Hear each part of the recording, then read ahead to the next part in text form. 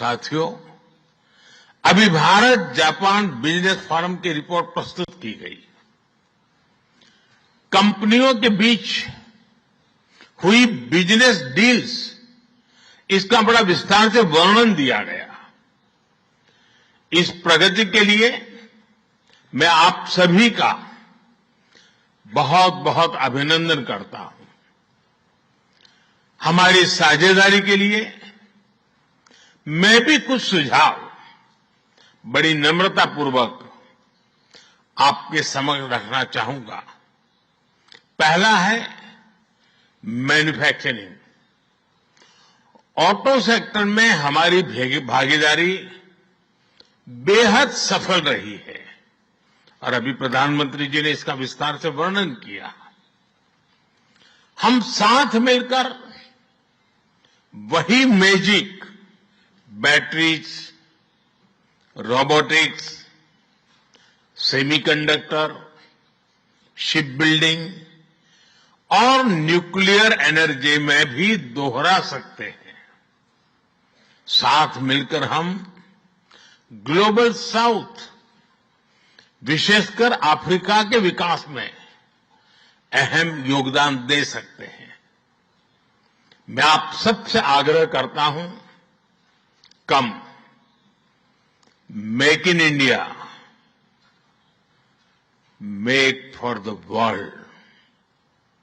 Suzuki और Daikin की success stories आपकी भी सक्सेस स्टोरीज बन सकती है। दूसरा है टेक्नोलॉजी और innovation. Japan tech power house है और भारत एक टैलेंट पावर हाउस है। भारत ने AI, semiconductor, quantum computing, biotech और स्पेस में बोल्ड और एम्बिशियस इनिशिएटिव लिए हैं। जापान की टेक्नोलॉजी और भारत का टैलेंट मिलकर इस सदी के टेक रिवॉल्यूशन का नेतृत्व कर सकते हैं। तीसरा क्षेत्र है ग्रीन एनर्जी ट्रांजिशन। भारत तेजी से 2030 तक 500 गीगावाट रिन्यूएबल एनर्जी के लक्ष्य की ओर अग्रसर है। हमने 2047 तक 100 गीगावाट न्यूक्लियर पावर का भी लक्ष्य रखा है। सोलर सेल्स हो या फिर ग्रीन हाइड्रोजन, साझेदारी की अपार संभावनाएं हैं। भारत और जापान के बीच जॉइंट क्रेडिट मैकेनिज्म पर समझौता हुआ है। इसका लाभ उठाकर क्लीन और ग्रीन फ्यूचर के निर्माण में सहयोग किया जा सकता है। चौथा है नेक्स्ट जेन इंफ्रास्ट्रक्चर।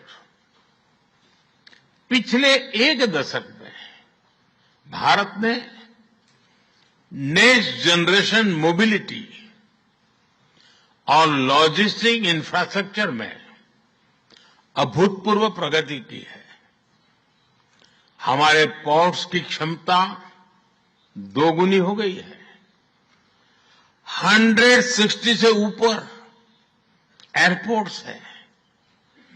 1000 किलोमीटर लंबी मेट्रो लाइन बनी है। जापान के सहयोग से मुंबई और अहमदाबाद हाई स्पीड रेल पर काम चल रहा है। लेकिन हमारी यात्रा यहीं नहीं रुकती। Japan's excellence and India scale can create a perfect partnership. पांचवा है स्किल डेवलपमेंट और people to people ties. Bharat का स्किल्ड युवा टैलेंट वैश्विक जरूरतें पूरी करने की क्षमता रखता है। इसका लाभ जापान भी उठा सकता है। आप भारतीय टैलेंट को जापानी भाषा और सॉफ्ट स्किल्स में ट्रेनिंग दें और मिलकर एक जापान रेडी वर्कफोर्स तैयार करिए। A shared workforce will lead to shared prosperity। साथियों, अंत में मैं यही कहना चाहूंगा, India and Japan partnership is strategic and smart, powered by economic logic. We have turn shared interest into shared prosperity. India is the springboard for Japanese businesses to the global south. Together, we will shape the ASEAN century, Asian century for stability, growth and prosperity।